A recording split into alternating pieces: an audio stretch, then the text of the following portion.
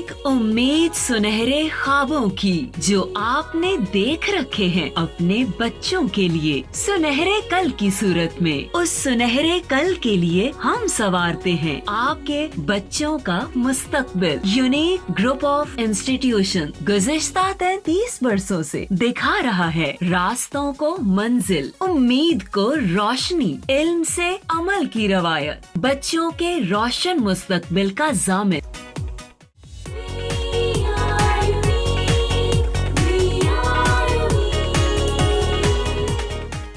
अस्सलाम वालेकुम स्टूडेंट्स, कैसे हैं आप लोग? बेटा, in previous lecture number 16 we have discussed what is coordination, its types, definition etcetera etcetera. यानी कि हमने लेक्चर नंबर 16 में चैप्टर नंबर 12 स्टार्ट किया। आपकी बुक ग्रेड 10 बायोलॉजी का हमने 3rd चैप्टर और ओवरऑल बायोलॉजी का हमने 12th चैप्टर जो है चैप्टर नंबर 12 का हमने फर्स्ट टॉपिक पढ़ा। इंट्रोडक्टरी टॉपिक था हमारा कोऑर्डिनेशन एंड कंट्रोल से रिलेटेड, लेकिन बहुत ही इम्पोर्टेंट था इस लिहाज से क्योंकि सारा चैप्टर जो है वो इन बेसिक टर्म्स पर ही डिपेंड करता है। व्हाट इज़ कोऑर्डिनेशन और कोऑर्डिनेशन क्या है, किस तरह से जो है परफॉर्म की जाती है, टाइप्स क्या हैं कोऑर्डिनेशन की, इन्हीं बातों पे जो है वो सारा चैप्टर डिपेंड करेगा। सो हमने पिछले लेक्चर में उसको सीखा। होपफुली आपको सारी बातें समझ आ गई होंगी। इन लेक्चर नंबर 16 की आपने प्रिपेयर कर लिया होगा। सो अगर आपने कोऑर्डिनेशन को समझ लिया है, कोऑर्डिनेशन की एग्जांपल्स आपने समझ लिए हैं, तो फिर आज हम उससे नेक्स्ट स्टेप पे जा रहे हैं। अब हम स्टेप बाय स्टेप जो है ये थोड़ा टफ़ होता जाएगा, लेकिन आपने परेशान नहीं होना। इंशाल्लाह अज़ीज़ बहुत अच्छे तरीके से आपको ये सारी बातें समझ आती जाएंगी। लेकिन मैंने पहले ही आपको ये बताया है कि कोऑर्डिनेशन फ़र्स्ट स्टेप है। अगर आप एक सीढ़ी जो है उसका फर्स्ट स्टेप ही जो है आप स्किप कर दें तो फिर सेकंड पे जाना थोड़ा मुश्किल हो जाता है। डेफिनेटली आपको अगर फर्स्ट स्टेप जो है वो क्लियर है, सेकंड स्टेप जो है वो इंशाल्लाह अज़ीज़ बिल्कुल आसान तरीके से समझ में आ जाएगा। आज का हमारा टॉपिक है चैप्टर नंबर 12 से components of coordinated action.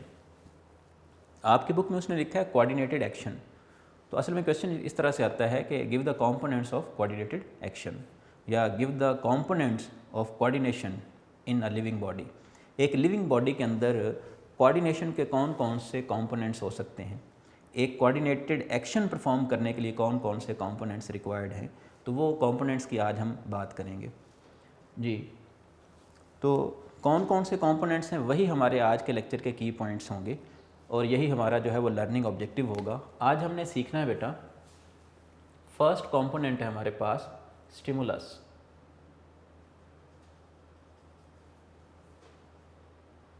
Stimulus singular है हमारे पास स्टिमुलस और इसकी प्लूरल फॉर्म है स्टिमुलाई। स्टिमुलाई, इसलिए आपने कंफ्यूज नहीं होना, मैं स्टिमुलस का वर्ड इस्तेमाल करूं या स्टिमुलाई, तो आपने परेशान नहीं होना। इससे मुराद बस ये है कि ये प्लूरल फॉर्म है। सेकंड स्टिमुलस के बाद हम डिस्कस करेंगे जी सेकंड कंपोनेंट को, दैट आर रिसेप्टर्स। दूसरा कंपोनेंट जो है ये रिसेप्टर और प्लूरल रिसेप्टर्स। तीसरा कंपोनेंट बेटा कोऑर्डिनेटर्स।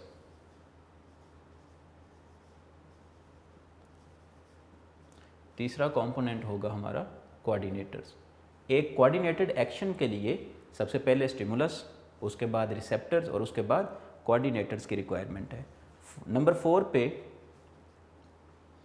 इफेक्टर्स, ये चौथा कंपोनेंट है एक कोऑर्डिनेटेड एक्शन का, इफेक्टर्स।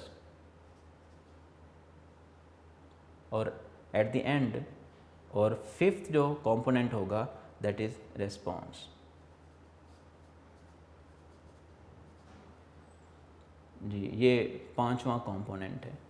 सो आज के लेक्चर के हमारे ये की पॉइंट्स हैं और एट द एंड आपने इस बात को जो है वो जहन नशीन फरमा लेना, इस बात को जो है वो कह लें कि हतमी बनाना है कि क्या हमें ये सारी बातें जो हैं वो क्लियर हो गई हैं, क्या स्टिमुलस, रिसेप्टर्स, कोऑर्डिनेटर्स, इफेक्टर्स और रिस्पॉन्स जो हैं इनकी डेफिनेशंस और इनकी एग्जांपल्स हमें क्लियर हो गई हैं।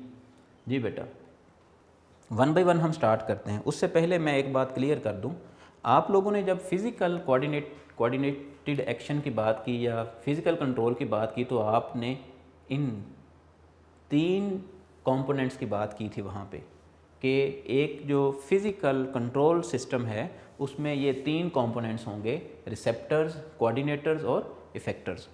लेकिन एक जो बायोलॉजिकल या आप कह लें कि लिविंग बॉडी के अंदर जो एक कोऑर्डिनेटेड एक्शन परफॉर्म होता है तो उसके लिए ये 3 तो उसकी बॉडी के अंदर ये 3 चीज़ें मौजूद होंगी और 2 चीज़ें जो हैं वो उसकी बॉडी के आउटसाइड भी हो सकती हैं, इनसाइड भी हो सकती हैं।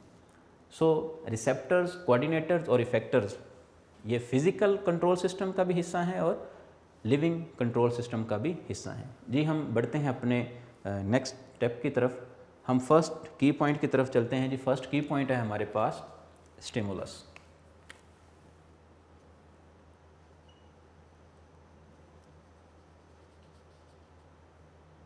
स्टिमुलस या स्टिमुलाई।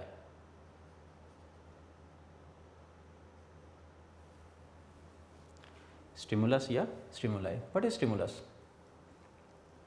देखें, आपने नोट किया होगा कि अगर हम धूप में जाते हैं, जैसे कि इन दीज डेज़ अगर हम धूप में जाते हैं तो कितनी देर तक ज़्यादा से ज़्यादा धूप में रह सकते हैं? 2, 4, 10 मिनट, 20 मिनट।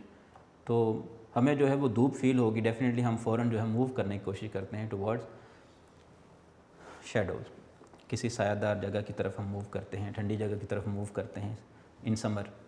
तो इसका मतलब ये है कि कोई चीज़ है जो हमें मजबूर कर रही है वहाँ से मूव करने के लिए। वो क्या चीज़ है? डेफिनेटली हीट है, धूप है, ठीक है। तो इस केस में धूप जो है, इस केस में ये जो सनलाइट है, इस केस में हीट जो है ये एक्ट कर रही है एज स्टिमुलस।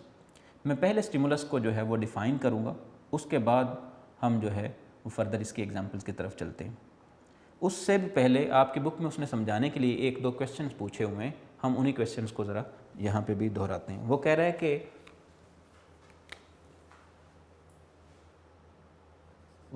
कि we might have scene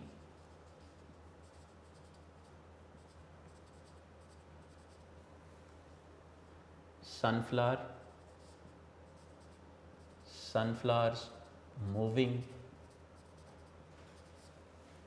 towards sunlight.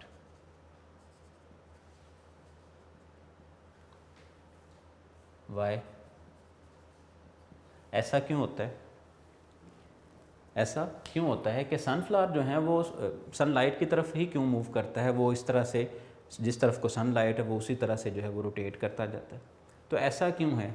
इसी तरह से किसी गर्म चीज़ को हम इस तरह से अचानक हाथ लगाते हैं और हम फ़ौरन से हाथ पीछे हटा लेते हैं, ऐसा क्यों है? असल में इस चीज़ को समझने के लिए मैंने पहले ही बात की थी कि हर एक एक्शन के पीछे, हर एक एक्शन रिएक्शन के पीछे एक वजह है, ठीक है। वही असल में स्टिमुलस है। जैसे कि मैंने आपको सनलाइट के एग्जांपल दी कि हम आज इन दिनों में अगर हम धूप में जाते हैं तो हम फ़ौरन जो है मूव करते हैं ठंडी जगहों की तरफ। तो ऐसा क्यों है? वो धूप या सनलाइट जो है, हीट जो है, वो एक स्टिमुलस है जो कि हमें हमारी बॉडी में एक चेंज को प्रोवोक कर रहा है, हमारी बॉडी में एक चेंज लाने की कोशिश कर रहा है। तो ऐसी चीज़ें, ऐसी चेंजेस जो कि किसी बॉडी में एक एक्शन को प्रोवोक करें, किसी रद्द अमल को प्रोवोक करें, किसी रिएक्शन को प्रोवोक करें, तो हम ऐसी जो चेंजेस हैं उनको स्टिमुलस का नाम देते हैं, स्टिमुलाई का नाम देते हैं। So we can say any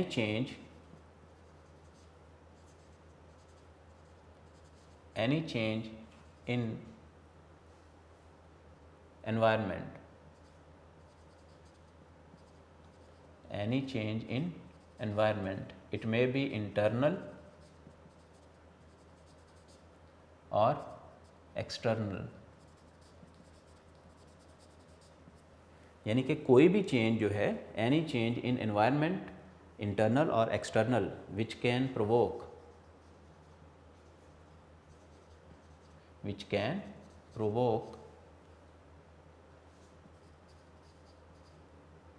a reaction, which can provoke a reaction or response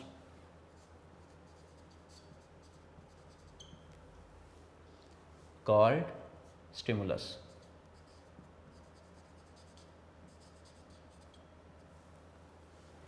जी बेटा, समझ आ गई होगी आपको कि कोई भी चेंज जो कि एक रिएक्शन को प्रोवोक करे, एक रिएक्शन के लिए बॉडी को इंस्पायर करे, उसको हम बोलेंगे कि ये स्टिमुलस है। सो स्टिमुलस की डेफिनेशन होगी any change in environment, internal और external, which can provoke a change, which can provoke a reaction is known as stimulus. तो स्टिमुलस की कुछ एग्जांपल्स की हम बात करते हैं। स्टिमुलस की कुछ एग्जांपल्स में शामिल हैं जी हमारे पास। अभी इन केसेस में हमने डिस्कस किया कि सनलाइट इटसेल्फ जो है, सनलाइट बेटा एक स्टिमुलस है। इसी तरह से साउंड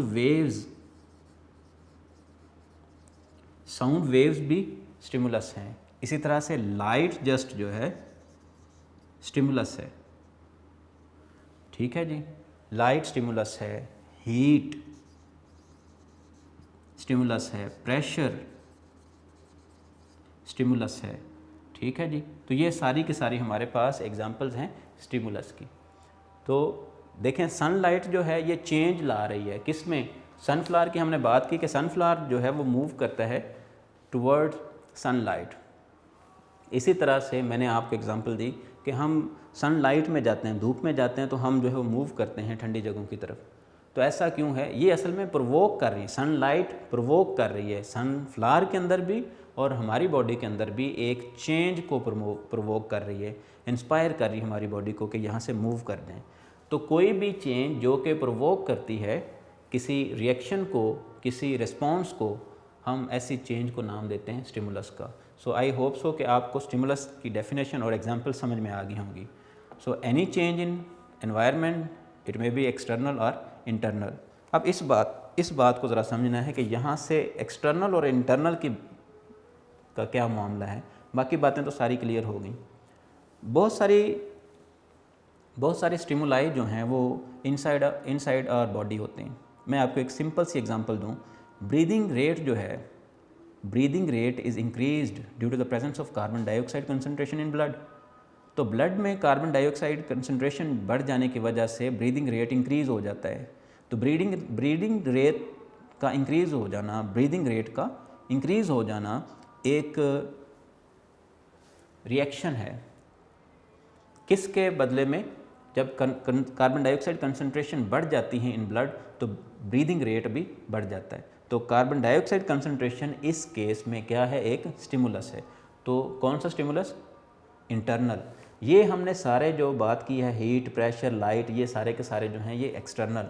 और इंटरनल की अगर हम बात करें तो इंटरनल में हमारे पास बेहतरीन एग्जांपल जो है अभी हमने डिस्कस किया है, carbon dioxide concentration in blood.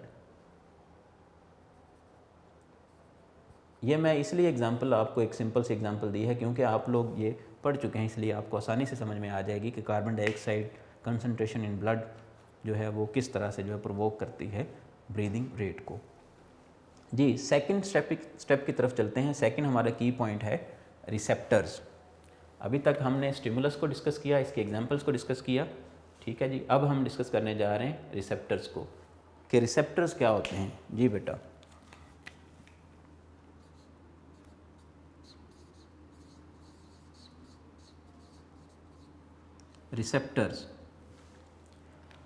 Receptors जो हैं, नाम से ही जाहिर है ये असल में रिसीवर्स हैं। इन्होंने रिसीव करना है किसको, स्टिमुलस को। तो स्टिमुलस जो है उसके लिए कोई रिसीवर भी होना चाहिए। मैं आपको इसकी एक सिंपल सी एग्जांपल देता हूँ। जैसे हम किसी शख्स को कॉल करते हैं, अब तो हमारे यहाँ मोबाइल और उससे भी एडवांस जो है वो हमारे पास गैजेट्स हैं। तो पहले क्या होता था कि एक तरफ से कॉल की जाती थी, दूसरी तरफ से जो है वो पिक की जाती थी, जो पुराना हमारा टेलीफोनिक सिस्टम था। तो ओल्ड जो टेलीफोन थे उनमें क्या होता है कि जी रिसीवर को हम पिक करते हैं, माइक में बोलते हैं और दूसरी साइड पे रिसीवर को हम पिक करते हैं। तो दूसरी साइड पे जो है रिसीवर में ऐसी क्या चीज़ होती है, असल में हमारी साउंड वेव्स जो हैं वो दूसरी तरफ जा रही होती हैं और वहाँ पे कलेक्शन होती हैं। तो इसी तरह से sound waves, sunlight, light, heat, pressure और इसी तरह से जो है आप कह लें कार्बन डाइऑक्साइड कंसनट्रेशन जो है, इनको कोई चीज़ पिक करने वाली भी होनी चाहिए, इनको समझने वाली भी कोई चीज़ होनी चाहिए।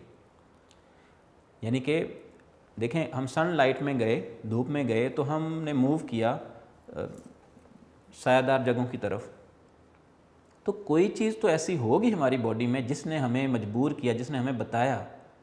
ऑल्दो स्टिमुलस तो है एक बाहर, यानी कि मुहर्रक तो है बैक साइड पे, उसने हमें प्रोवोक किया हमारी बॉडी को, लेकिन हमारी बॉडी ने उसकी ये जो कैपेबिलिटी है, प्रोवोकिंग कैपेबिलिटी जो है, उसको कैसे फील किया। उसको ज़ाहिर सी बात है फ़ील करने के लिए कुछ ऐसे हमारी बॉडी के अंदर भी कोई सिस्टम होना चाहिए, कोई हमारी बॉडी के अंदर ऐसे ऑर्गन्स होने चाहिए, ऐसे सेल्स होने चाहिए जो उसको डिटेक्ट करते हैं उस स्टिमुलस को। डेफिनेटली ऐसा ही है। जैसे मैंने आपको एग्जांपल दी कि कोई साउंड जो है, वो अनप्लेजेंट साउंड जो है, एक बड़ी क्रख्त आवाज़, एक कह लें कि चीख जो है, वो हमें डिस्टर्ब करती है, तो वो हमारे कानों में पड़ती है। हमारे कान जो हैं वो रिसेप्टर्स हैं फिर। तो इसी तरह से साउंड को रिसीव करने के लिए रिसेप्टर्स हैं कान, इसी तरह से लाइट को रिसीव करने के लिए हमारी आइज़ हैं। तो डिफरेंट स्टिमुलस के लिए डिफरेंट टाइप के रिसेप्टर्स मौजूद हैं। सो आप ये कह सकते हैं कि रिसेप्टर्स असल में क्या चीज़ हैं? रिसेप्टर्स स्टिमुलस को डिटेक्ट करने के लिए डिटेक्टर्स हैं असल में ये। तो स्टिमुलाई जो हैं उनकी डिटेक्शन के लिए जो ऑर्गन्स, जो सेल्स और टिश्यूज़ मौजूद हैं, हम उनको नाम देते हैं रिसेप्टर्स का। So now we are going to define receptors. Receptors may be defined as cells, tissues or organs which are specifically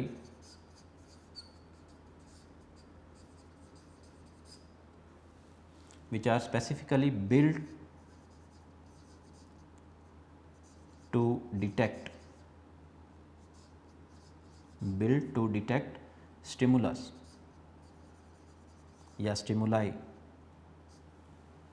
Cells, tissues and organs which are specifically built to detect stimuli are known as receptors.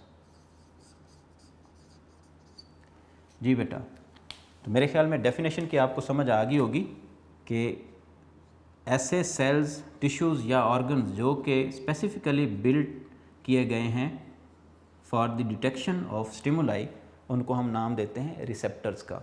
अब receptors कौन कौन से हैं, चंद एक receptors की हम यहाँ पे एग्जांपल्स लेते हैं, फिर हम जो है वो फर्दर आगे बढ़ते हैं। कौन कौन से रिसेप्टर्स हैं? आप ऐसा कह लें कि years for the detection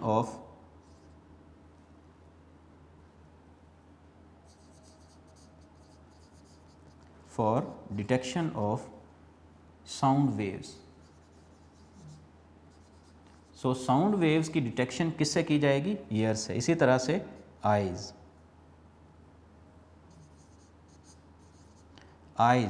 for the detection of light. So light की डिटेक्शन के लिए आइज़ और साउंड की डिटेक्शन के लिए ईयर्स। इसी तरह से हीट की डिटेक्शन के लिए, इसी तरह से प्रेशर की डिटेक्शन के लिए कई एक जो हैं वो हमारी बॉडी में सेल्स मौजूद हैं, कई एक जो हैं वो टिश्यूज़ मौजूद हैं, कई एक ऑर्गन्स मौजूद हैं। जी, अब तक हमने स्टिमुलस को डिस्कस किया, स्टिमुलस क्या होते हैं और उनको डिफ़ाइन किया और उनकी एग्जांपल्स हमने डिस्कस की। फिर हमने जो है वो रिसेप्टर्स को डिस्कस किया और उनकी एग्जांपल्स को हमने देखा। सो रिसेप्टर्स जो हैं ये सेल्स भी हो सकते हैं, टिश्यूज़ भी हो सकते हैं और ऑर्गन्स भी हो सकते हैं। हमने यहाँ पे जो दो एग्जांपल्स ली हैं, ईयर्स और आइज़, जो हैं ये ऑर्गन्स के एग्जांपल्स हैं। इसी तरह से टिश्यूज़ जो हैं वो भी हो सकते हैं स्टिमुलस। इसी तरह से आप कह लें कि सेल्स जो हैं, अगर हम सेल्स की बात करें तो न्यूरॉन सेल्स हम आगे पढ़ेंगे नेक्स्ट लेक्चर में इंशाल्लाह, इन डिटेल हम न्यूरॉन पढ़ेंगे कि क्या होते हैं।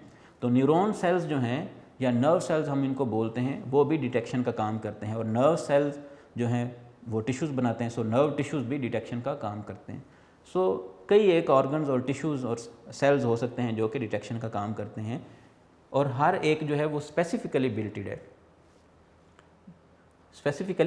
है। जैसे कि आइज़ जो हैं लाइट के लिए और ईयर्स साउंड वेव्स के लिए। नेक्स्ट चलते हैं जी थर्ड अपने की पॉइंट की तरफ, दैट इज़ कोऑर्डिनेटर्स। जी बेटा, कोऑर्डिनेटर्स क्या होते हैं?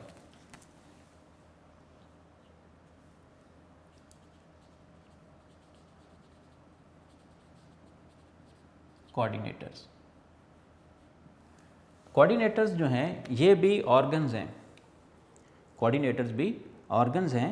कैसे ऑर्गन्स? ये असल में कह लें कि रिसेप्टर्स जो हैं वो फर्दर मैसेज पहुंचाते हैं। ये एक जो कोऑर्डिनेटेड एक्शन है उसका रुख जो है, उसकी जो डायरेक्शन है वो इस तरह से है कि स्टिमुलस जो है इससे मैसेज पहुंचता है रिसेप्टर्स की तरफ। रिसेप्टर्स जो हैं इस मैसेज को कोऑर्डिनेटर्स तक पहुंचाते हैं। कोऑर्डिनेटर्स जो हैं इस मैसेज में कुछ तरमीम करके, कुछ कह लें कि मॉडिफिकेशन करके इसको इफेक्टर्स तक पहुंचाते हैं और इफेक्टर्स जो हैं वो परफॉर्म करते हैं रिस्पॉन्स। तो आप ये कह सकते हैं एक कोऑर्डिनेटेड एक्शन जो है वो इस तरह से स्टिमुलस से रिसेप्टर और कोऑर्डिनेटर्स और फिर इफेक्टर्स, देन रिस्पॉन्स जो है वो उसमें जाके अपीयर होता है।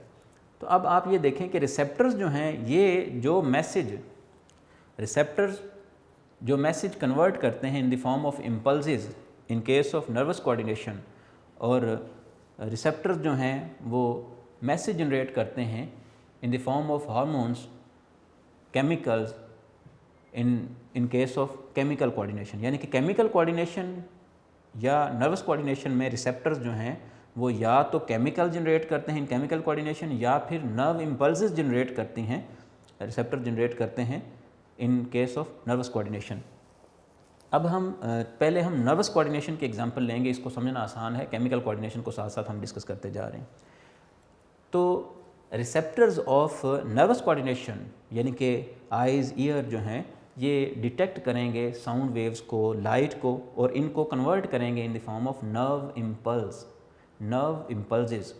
नर्व इम्पल्स क्या है? आप कह लें कि ये एक इलेक्ट्रोकेमिकल मैसेज होता है, इलेक्ट्रोकेमिकल वेव्स होती हैं जो कि मूव करती हैं एक जगह से दूसरी जगह। अब कोऑर्डिनेटर्स क्या हैं? पहले हम इसको डिफाइन करते हैं, फिर हम इनकी एग्जांपल्स लेते हैं। कोऑर्डिनेटर्स क्या हैं? ये ऑर्गन्स हैं, organs which receive information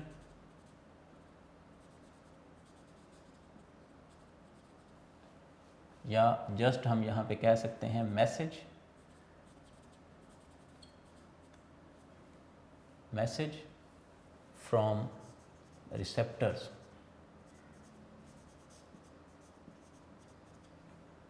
and send it to effectors for a proper response। एक प्रॉपर रिस्पॉन्स के लिए ऑर्गन्स, ऐसे ऑर्गन जो कि इंफॉर्मेशन को रिसीव करते हैं और उनको सेंड करते हैं, रिसेप्टर से रिसीव करते हैं और इनको इफेक्टर्स की तरफ सेंड करते हैं एक प्रॉपर रिस्पॉन्स जो है उसको जनरेट करने के लिए।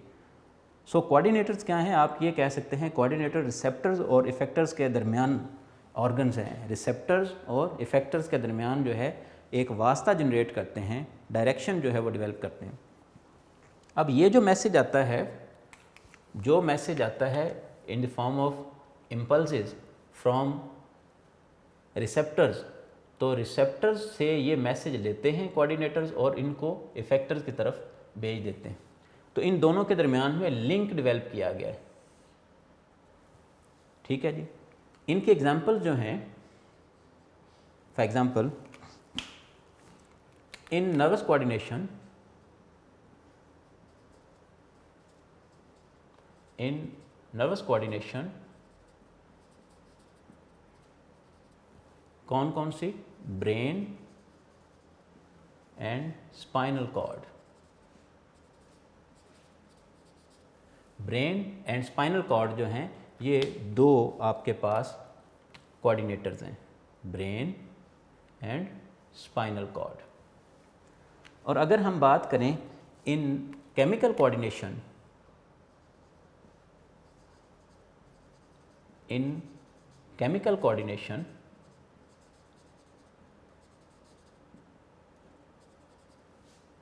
several glands,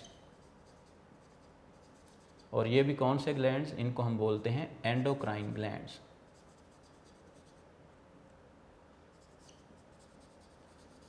तो कुछ एंडोक्राइन ग्लैंड्स जो हैं दे एक्ट एज कोऑर्डिनेटर्स, वो मैसेज रिसीव करते हैं फ्रॉम रिसेप्टर्स और इसको डेवलप करते हैं, इसको मॉडिफाई करते हैं, इसकी कह लें कि इसको रीड करने के बाद इसमें जो मॉडिफिकेशन करते हैं फर्दर एक मैसेज बना के उसको सेंड किया जाता है टुवर्ड्स इफेक्टर्स, यानी कि नेक्स्ट स्टेप की तरफ, ताकि एक प्रॉपर रिस्पॉन्स जो है जनरेट किया जाए। जी दोबारा से फिर हम इसकी डेफिनेशन को रिवाइज करते हैं। हमने बोला है कि coordinators are actually organs which receive information from receptors and send it to effectors for a proper response. These organs are known as coordinators. In nervous coordination, brain and spinal cord are coordinators, while in chemical coordination, several glands, endocrine glands act as coordinators. अच्छा, एक और बात यहाँ पे ज़रा समझनी है। Nervous coordination में ब्रेन और स्पाइनल कॉर्ड जो हैं ये मैसेजिंग करते हैं नर्व इम्पल्स की फॉर्म में, नर्व इम्पल्स की फॉर्म में ये मैसेज जनरेट होता है इलेक्ट्रोकेमिकल वेव्स की फॉर्म में। जबकि इन केमिकल कोऑर्डिनेशन ग्लैंड्स जो हैं ये स्पेशल केमिकल्स क्रिएट करती हैं जिनको हम बोलते हैं हार्मोन्स। ये प्रीवियस लेक्चर में मैंने थोड़ा सा आपको इसके बारे में बताया। हार्मोन्स जो हैं वो केमिकल्स हैं, तो ये केमिकल्स पोर किया जाते हैं इनटू आवर ब्लड, और फिर ब्लड जो है वो उस पार्ट तक पहुंचाते हैं, उस कह लें कि टारगेट सेल्स तक पहुंचाते हैं। ब्लड जो है वो इन केमिकल्स को टारगेट सेल्स तक पहुंचाता है। ब्रेन और स्पाइनल कॉर्ड जो हैं ये नर्व्स के ज़रिए से, नर्व इम्पल्सिस के ज़रिए से जो है वो मैसेज जो है इफेक्टर्स तक पहुंचाते हैं। जबकि ग्लैंड्स जो हैं एंडोक्राइन ग्लैंड्स केमिकल जनरेट करते हैं जिनको हम न्यूरोट्रांसमीटर्स या हार्मोन्स हम बोलते हैं। हार्मोन्स जो हैं इनको ब्लड के अंदर पोर कर देते हैं सेवरल ग्लैंड्स जो हैं इन केमिकल कोऑर्डिनेशन, और ब्लड जो है उन केमिकल्स को टारगेट सेल्स तक पहुंचा देता है। इस तरह से आप कह लें कि एक कोऑर्डिनेटर से जो इफेक्टर्स तक जो है वो मैसेज चला जाता है। अब आपने देखा स्टिमुलस से मैसेज बना और रिसेप्टर्स ने रिसीव किया, और रिसेप्टर जो हैं इन्होंने उसको कन्वर्ट करके मैसेज को कोऑर्डिनेटर्स के पास भेज दिया, और कोऑर्डिनेटर्स जो हैं अब नेक्स्ट स्टेप के लिए यानी कि इफेक्टर्स के पास जो है वो ये मैसेज भेजेंगे। सो हमारा जो है वो फोर्थ की पॉइंट और फोर्थ हमारा जो है वो कंपोनेंट ऑफ कोऑर्डिनेशन जो है वो है इफेक्टर्स।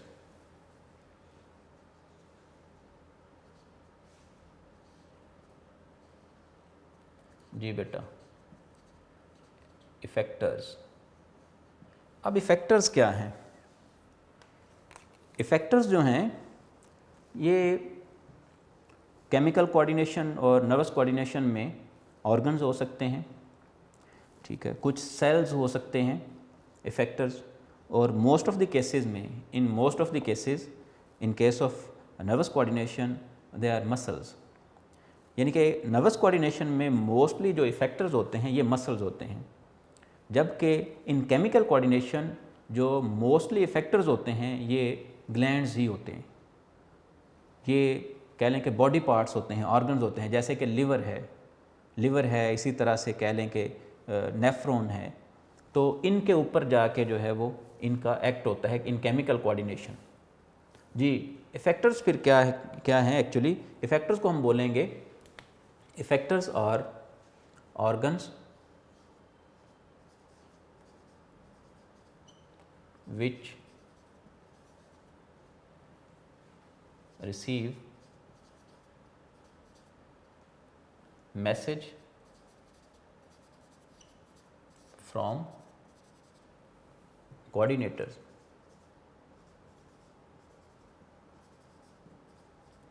and perform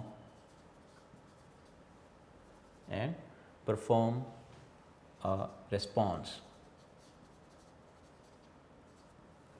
सो ये भी ऑर्गन्स हैं जो कि रिसीव करते हैं मैसेज फ्रॉम कोऑर्डिनेटर्स और परफॉर्म करते हैं a proper response. So effectors की अगर बात करें तो हम इसकी पहले एग्जांपल्स लेते हैं, इनको फर्दर फिर एक्सप्लेन करते हैं कि इफेक्टर्स का काम किस तरह से जो है वो कंप्लीट होता है। For example in nervous coordination,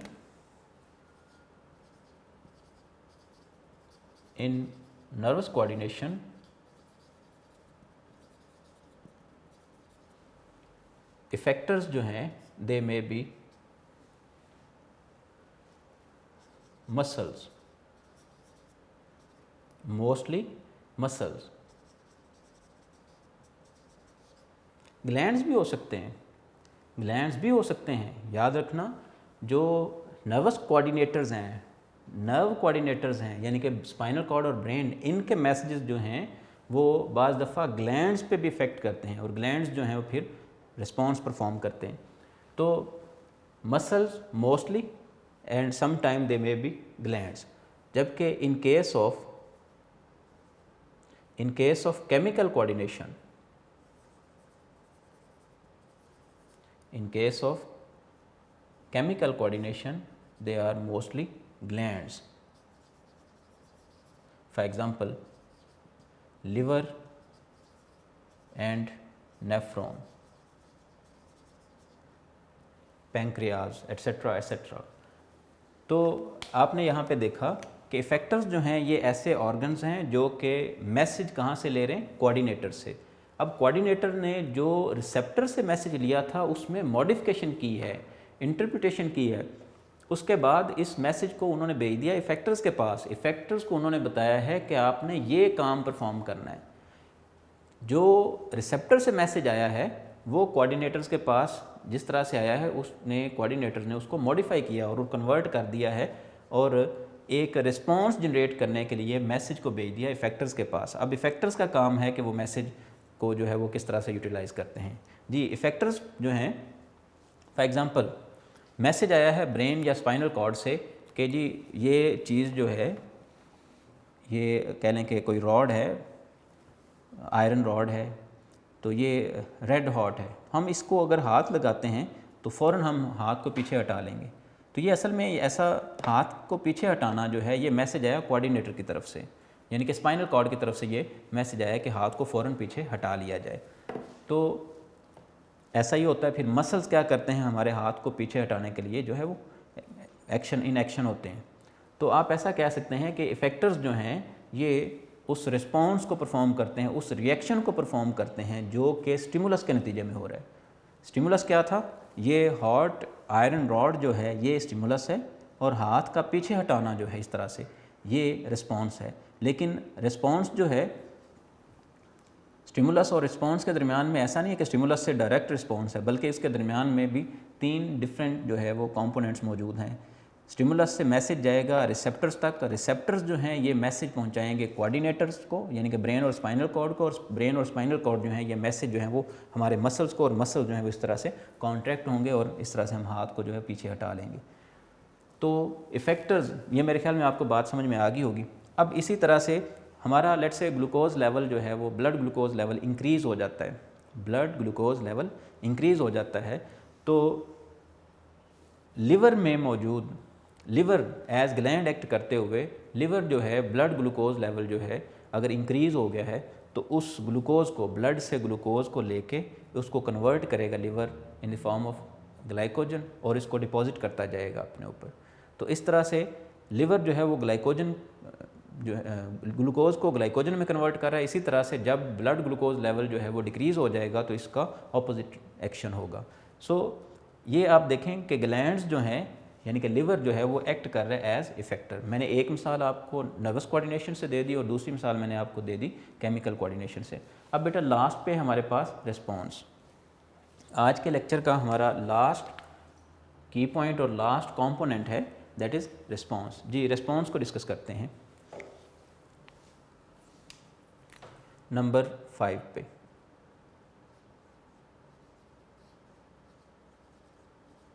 response, असल में रिस्पॉन्स जो जैसे स्टिमुलस एक चेंज थी उसी तरह से रिस्पॉन्स भी एक चेंज है, लेकिन अगर वो एक एक्शन है तो ये एक रिएक्शन है। उसने एक रिएक्शन को जनरेट करने के लिए प्रोवोक किया है हमारी बॉडी को। उसने एक रिएक्शन को, स्टिमुलस ने एक रिएक्शन को प्रोवोक करने के लिए उसने एनवायरनमेंट में चेंज किए। तो अब एनवायरमेंटल चेंज जो कि एक रिएक्शन का, एक रिस्पॉन्स का बायस बनती है, उसको हमने बोला स्टिमुलस। अब रिस्पॉन्स क्या चीज़ है? Action performed by effectors, action performed by effectors is known as response. So हम ये कह सकते हैं कि action performed by effectors is known as response. तो जो एक्शन जो है वो इफेक्टर्स परफॉर्म कर रहे हैं उसको हम क्या बोल रहे हैं? रिस्पॉन्स। अब रिस्पॉन्स की अगर एग्जांपल्स हम लें,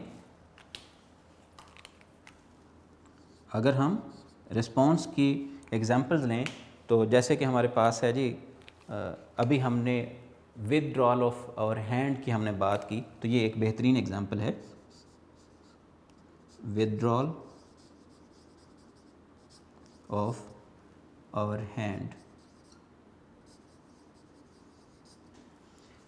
कि एक हॉट आयरन रॉड से हम अपने हाथ को जल्दी से पीछे हटाते हैं, तो ये एक रिस्पॉन्स है। इसी तरह से रिस्पॉन्स की कई एक और एग्जांपल्स ली जा सकती हैं, जैसे कि आप कह लें कि हम अचानक एक फ्लोरेसेंट लाइट को देखते हैं, यानी कि आंखों को चुंधिया देने वाली जो लाइट है उसको हम देखते हैं, बहुत तेज़ लाइट को, तो हम जो है जैसे कि मैग्नीशियम रिबन जो है वो जब जलता है या ये पटाखे वगैरह चलाए जाते हैं तो इनसे वो एक बड़ी तेज़ रोशनी डेवलप होती है। वो अगर हम उस लाइट को देखते हैं तो फिर हम जो है वो हमारा जो प्यूपल साइज़ है आँख के अंदर, हम आगे पढ़ेंगे इसी चैप्टर के अंदर आँख का स्ट्रक्चर वगैरह जब हम पढ़ेंगे, आँख की फंक्शनिंग हम पढ़ेंगे, तो उसमें आपको समझ आएगी कि एक अपर्चर है उसका साइज़ जो है वो कम और ज़्यादा होता है। ज़्यादा लाइट है तो उसका कम जो है साइज़ जो है वो कम हो जाएगा, कम लाइट है तो उसका साइज़ जो है वो बढ़ जाएगा, डायलेशन हो जाएगी। सो ये डायलेशन और कॉन्स्ट्रिक्शन जो है ऑफ प्यूपल साइज़, ये भी एक रिस्पॉन्स है जी। एट द एंड बेटा हमने आज के लेक्चर में स्टिमुलस, रिसेप्टर, कोऑर्डिनेटर्स, इफेक्टर्स और रिस्पॉन्स को as components of coordinated action हमने पढ़ा। अब आपकी बुक में दो डायग्राम्स उसने ड्रा की हुई हैं, मैं डायग्राम जो है ड्रा करने जा रहा हूँ, आप ज़रा देखिएगा ध्यान से। इन सारी चीज़ों की रिवीजन के लिए हम जो है वो डायग्राम्स को ड्रॉ कर रहे हैं। तो ये है हमारे पास जी, सबसे पहले तो स्टिमुलस जी बेटा, स्टिमुलस। और स्टिमुलस जो है ये आउटसाइड द बॉडी है, ये मैसेज को सेंड करेगा टुवर्ड रिसेप्टर्स, रिसेप्टर्स, और रिसेप्टर्स जो हैं ये मैसेज को सेंड करेंगे टुवर्ड्स कोऑर्डिनेटर्स, टुवर्ड्स कोऑर्डिनेटर्स। और कोऑर्डिनेटर्स जो हैं ये मैसेज को थोड़ी सी मॉडिफिकेशन के साथ इसको सेंड करेंगे टुवर्ड्स इफेक्टर्स, और इफेक्टर्स जो हैं ये परफॉर्म करेंगे रिस्पॉन्स जी बेटा। तो ये कह लें कि 5 कंपोनेंट्स हैं स्टिमुलस से रिस्पॉन्स तक। अब हम देखते हैं, पहले हम नर्वस कोऑर्डिनेशन की हम बात करते हैं कि नर्वस कोऑर्डिनेशन जो है, ये हम एग्जांपल ले रहे हैं नर्वस कोऑर्डिनेशन, हम नर्वस कोऑर्डिनेशन की एग्जांपल्स ले रहे हैं। तो नर्वस कोऑर्डिनेशन में हमारे पास स्टिमुलस जो हैं वो कोई भी चेंज हो सकती है, ठीक है। रिसेप्टर्स की हम बात करें तो रिसेप्टर्स में इन नर्वस कोऑर्डिनेशन रिसेप्टर्स हमारे पास हैं जी, लेट्स से ईयर्स हैं, आइज़ हैं, ठीक है। अब ये रिसेप्टर्स जो हैं they may be neurons, they may be neurons. अब ये रिसेप्टर्स रिसीव करेंगे मैसेज को और कोऑर्डिनेटर्स के पास जो है वो सेंड कर देंगे। कोऑर्डिनेटर्स जो हैं in nervous coordination they are brain and spinal cord जी बेटा। नेक्स्ट अगर हम इफेक्टर्स की बात करें तो इफेक्टर्स जो हैं वो हैं जी मसल्स। तो मसल जो हैं वो रिस्पॉन्स परफॉर्म करेंगे, एक एक्शन परफॉर्म करेंगे, जैसे कि अभी हमने एग्जांपल ली थी विदड्रॉल ऑफ आवर हैंड। तो ये है जी नर्वस कोऑर्डिनेशन। नर्वस कोऑर्डिनेशन में ये सारा का सारा जो फिनोमेना है ये हो रहा है विद इन न्यूरॉन्स के न्यूरॉन जो हैं वो स्टिमुलस से मैसेज को कोऑर्डिनेटर्स के पास लेके जाते हैं, स्टिमुलस से न्यूरॉन्स मैसेज कोऑर्डिनेटर तक, और कोऑर्डिनेटर से जो है वो मैसेज जो है वो थ्रू न्यूरॉन्स भेजा जाता है इफेक्टर्स तक, और इफेक्टर्स जो हैं वो रिस्पॉन्स परफॉर्म करते हैं। अब अगर हम बात करें केमिकल कोऑर्डिनेशन की, अगर हम बात करें केमिकल कोऑर्डिनेशन की, तो मैं केमिकल कोऑर्डिनेशन के जो कंपोनेंट्स हैं उनको मैं ग्रीन कलर से जो है वो शो करूँगा।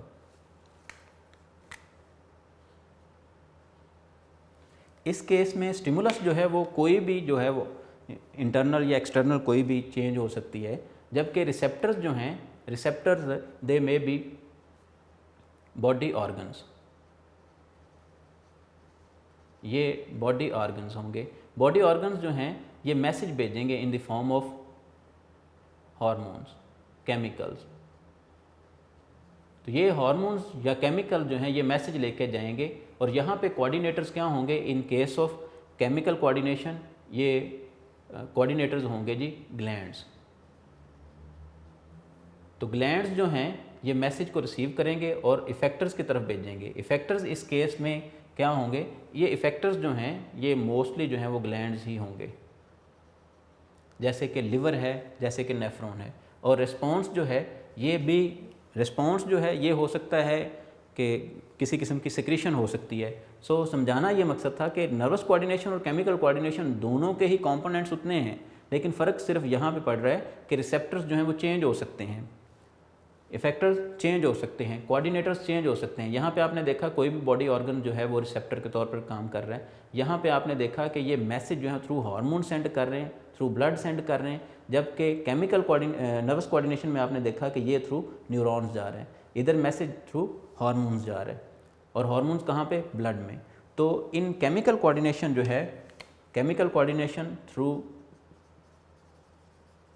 ब्लड स्ट्रीम, और नर्वस कोऑर्डिनेशन जो है in the form of nerve impulses, nerve impulses. ठीक है जी। जी बेटा, आज के लेक्चर में हमने कंपोनेंट्स ऑफ कोऑर्डिनेटेड एक्शन हमने डिस्कस कर लिए। 5 कंपोनेंट्स आपने, इनकी डेफिनेशन, और याद रखना बोर्ड पॉइंट ऑफ व्यू से भी ये बहुत इंपॉर्टेंट क्वेश्चन है। लॉन्ग क्वेश्चन के तौर पर पूछा जा सकता है कंपोनेंट्स ऑफ कोऑर्डिनेटेड एक्शन, जबकि शॉर्ट क्वेश्चन के तौर पर बेशुमार मरतबा बोर्ड में पूछा जा चुका है कि what are stimuli, receptors, effectors. तकरीबन सारे के सारे जो हैं वो एक बार, दो मरतबा जो है वो ये पूछे जा चुके हैं इन बोर्ड एग्जामिनेशन। सो बेटा प्लीज़ इनको ज़रा अच्छे तरीके से प्रिपेयर कीजिएगा, और डायग्राम्स जो एंड पे दी गई हैं उनको ड्रॉ करने की, सिंपल डायग्राम्स हैं उनको ड्रॉ करने की ज़रा कोशिश कीजिएगा। अल्लाह हाफिज़। इंशाअल्लाह अज़ीज़ लेक्चर नंबर 18 के साथ फिर से हाज़िर होऊंगा।